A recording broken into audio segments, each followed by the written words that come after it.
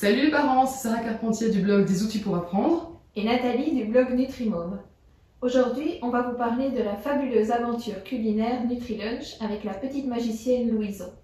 Restez avec nous parce que vous allez comprendre comment vous pouvez apprendre à vos enfants à s'alimenter sainement tout en s'amusant.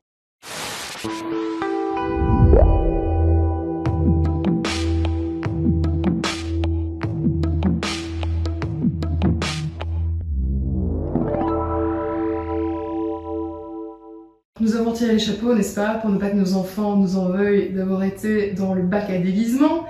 Alors aujourd'hui, je vais vous présenter un jeu que j'ai trouvé qui est génial. Je cherchais depuis très longtemps quelque chose qui puisse permettre à mes enfants d'apprendre sur l'alimentation. Parce qu'il est clair que si vous allez sur le blog des outils pour apprendre, vous allez voir, il y a des articles qui abordent le thème de l'alimentation, surtout l'alimentation en relation avec les capacités cognitives. Donc il faut savoir que l'alimentation a énormément d'impact sur l'apprentissage de vos enfants, sur leur capacité à être attentifs, sur la prise de décision, sur un tas de choses.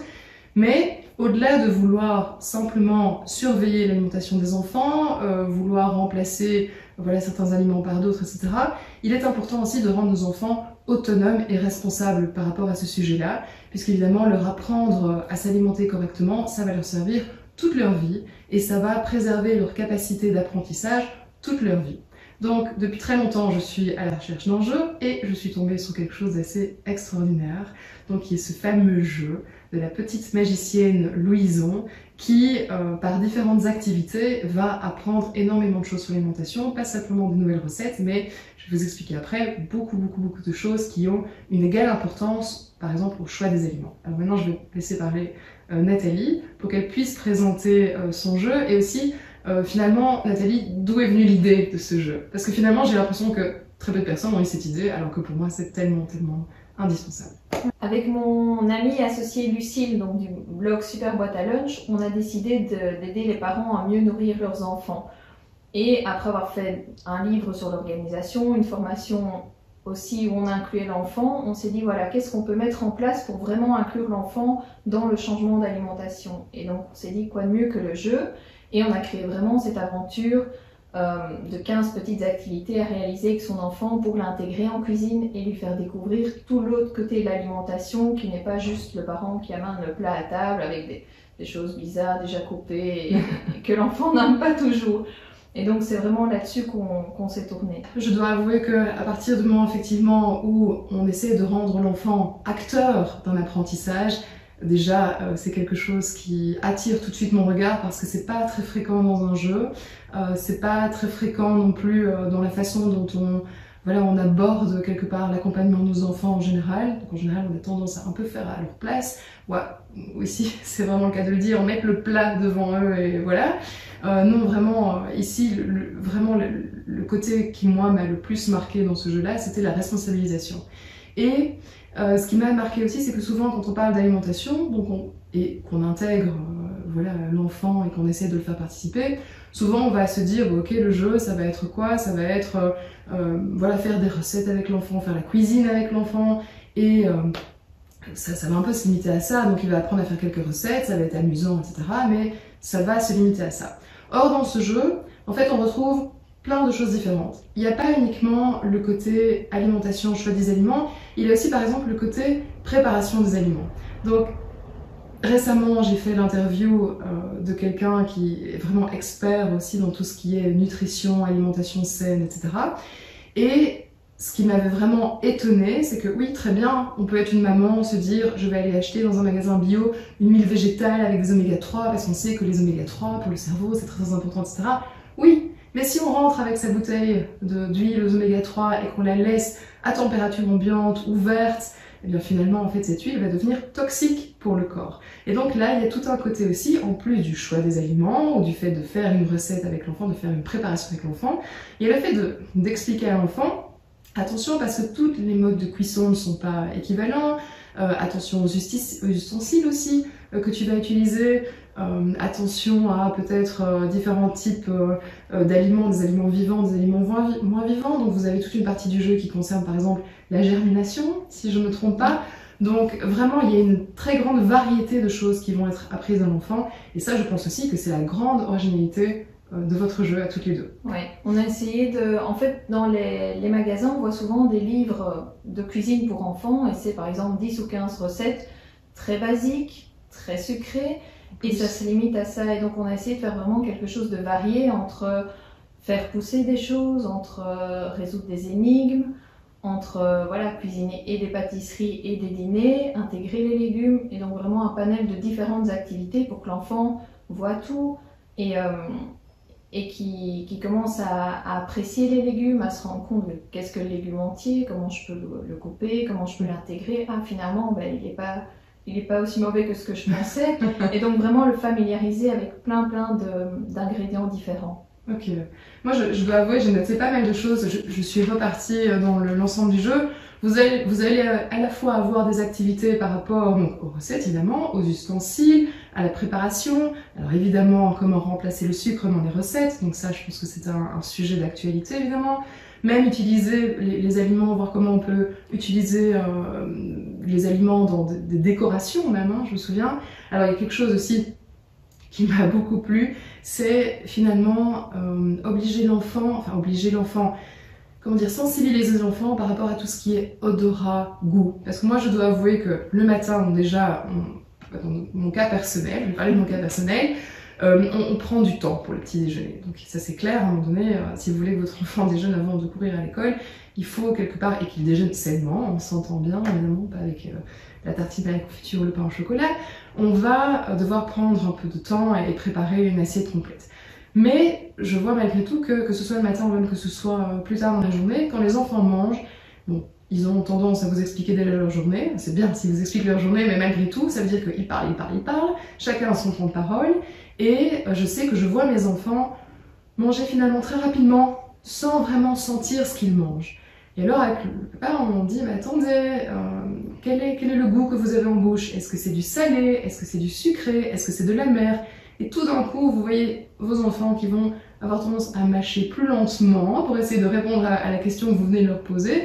Et donc c'est bien la preuve que je pense que les enfants ne sont plus du tout sensibilisés au goût des choses. Et là aussi, il y a des activités comme ça par rapport au goût, à l'odorat. Ça, c'est quand même encore quelque chose de tellement rare. Donc c'est assez complet.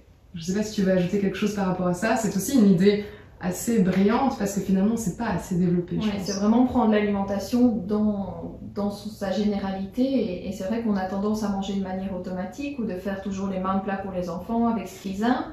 Et au final, on va lui donner un légume, il va pas l'aimer, on ne va plus l'acheter. Et finalement, il va jamais prendre le temps de le regoûter ou de se dire tiens, oui, je pourrais l'aimer un peu plus. Donc j'ai l'exemple de ma grande fille qui au début n'aimait pas le brocoli. Et j'ai continué à en cuisiner, et puis c'est devenu ok, là je le tolère, ça va. Et il y a quelques jours, elle m'a dit ah, maman, maintenant en fait j'aime bien le brocoli. Et donc c'est vraiment essayer encore. Et ici, il y a ce côté-là de prendre par le jeu, où finalement on a reçu le témoignage d'une petite fille qui a fait sa pizza aux légumes, qui n'aimait pas voilà, la courgette, elle en a mis, elle a adoré, et elle redemande pour refaire voilà, une pizza aux légumes régulièrement. Et donc c'est vraiment partir sur cette idée de jeu. Et donc on a, pour entraîner l'enfant à faire ces 15 activités, on a mis une histoire autour d'une petite magicienne Louison, et il faut l'aider D'où le chapeau. Et il faut l'aider à retrouver l'ingrédient magique qu'elle a oublié à cause du sorcier glyphosate. et donc ça va entraîner... Non, tout à fait choisi par hasard. Tout à fait. Et donc il faut que l'enfant aille au bout voilà, des 15 activités pour aider la magicienne Louison. Et à la fin des 15 activités, il peut nous envoyer en fait les petites étiquettes qu'il a réussi, et nous on lui envoie le diplôme. Qu'il a un super. Ça c'est sympa aussi, ce côté interactivité, se dire que ce n'est pas qu'à la fin du jeu ce n'est pas fini, qu'il y a une possibilité d'aller plus loin, qu'il y a une interactivité aussi par rapport aux défis qui ont été mis en place. Et moi je trouve c'est très intéressant ce que tu disais par rapport aussi au fait de s'habituer à un goût. Parce que c'est vrai qu'on a tendance, déjà on a tendance à oublier de sensibiliser l'enfant par rapport au goût, mais en plus de ça, c'est vrai qu'on oublie que nous-mêmes, la première fois qu'on a goûté un aliment, on l'a pas forcément aimé, et pourtant par la suite on s'y est habitué finalement au point que quelque part on ne pourrait plus s'en passer. Moi j'ai comme ça des aliments aussi en tant qu'adulte que je détestais au début et qui maintenant je mets dans tous mes plats.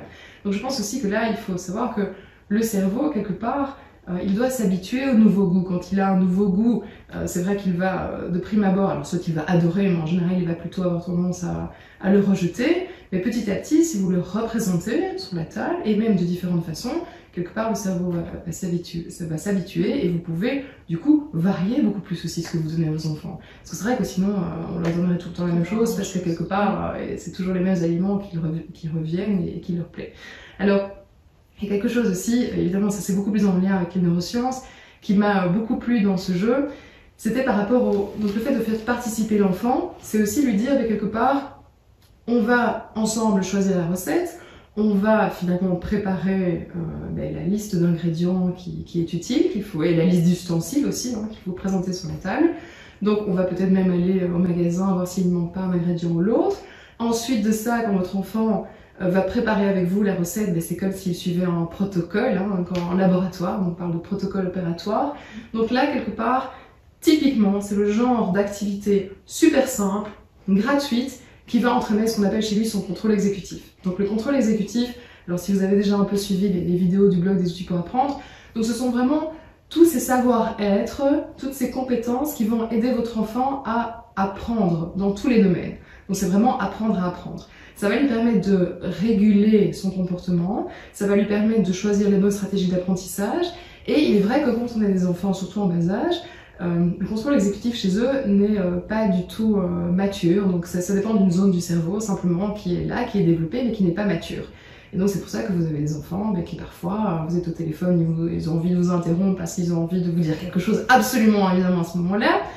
Vous avez des enfants qui sont moins attentifs en classe, vous avez des enfants qui sont plus agités de manière générale et qui ont simplement du mal à se focaliser sur leurs tâches. Eh bien, le contrôle exécutif, quand on l'entraîne, peut vraiment aider votre enfant à se focaliser, à apprendre à apprendre. Et typiquement, alors il y a beaucoup d'activités qui peuvent l'aider, mais typiquement le fait de planifier une tâche, le fait de suivre un protocole, le fait d'anticiper aussi des actions, ça aide énormément cette partie de son cerveau. Donc ça, j'ai trouvé assez génial de, encore une fois, ne pas juste dire ok, c'est très bien, alors c'est très bien aussi en soi, mais on va préparer une recette avec son enfant et puis on va cuisiner avec lui. Même peut-être pas préparer la recette ou préparer la préparation, on va juste faire une préparation avec lui, on va faire une recette. Non, c'est vraiment de dire, on part vraiment du point A jusqu'à la dernière étape, on va vraiment voir quels sont les ingrédients qui nous manquent, tous les ustensiles sont-ils sur la table, etc., etc. Donc ça, encore une fois, je trouvais que ça rendait le jeu très très complet. Je ne sais pas ce que tu en penses. Est-ce que c'est quelque chose auquel tu as pensé ou c'est juste que vous avez pensé ou c'est l'inspiration vous a dit non, ça aussi c'est important, préparer les ustensiles? Mais on n'a pas pensé jusqu'à ce que tu dis, donc le contrôle exécutif, mais par contre oui, il y a tout le côté autonomie qui fait que c'est apprendre à l'enfant à se débrouiller en cuisine et quelque chose qui lui servira toute sa vie. Et aussi se dire tiens, en fait, cuisiner, ça peut être chouette. Ça peut être une activité qui me plaît et pas juste oh tiens oui on cuisine parce qu'on doit manger. Donc il y a tout ce côté, il y a le côté complicité avec le parent aussi.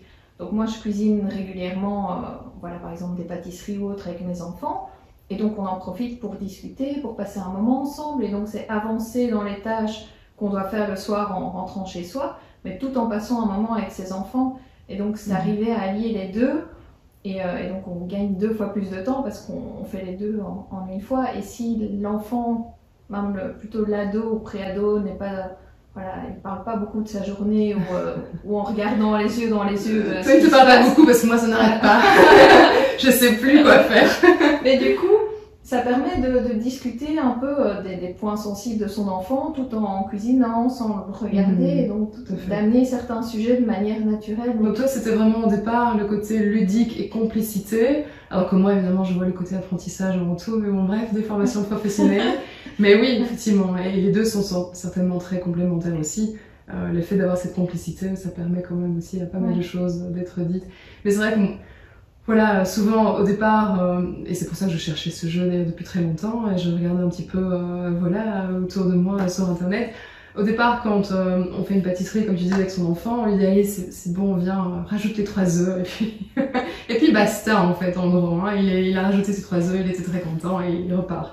Mais là vraiment, c'est c'est vraiment tout au long de l'activité, c'est vraiment la complicité. Et encore une fois, moi je vois le côté plutôt apprentissage, contrôle exécutif et tout, ça me semblait, et c'est fou parce que les parents ne savent pas à quel point parfois des activités vraiment toutes simples peuvent tellement aider leur enfant sur différents plans. Comme tu disais, le fait de pouvoir dire ce qui s'est passé dans la journée, de l'autre côté, le fait de pouvoir entraîner certaines parties du cerveau et finalement permettre à l'enfant d'apprendre beaucoup mieux par la suite.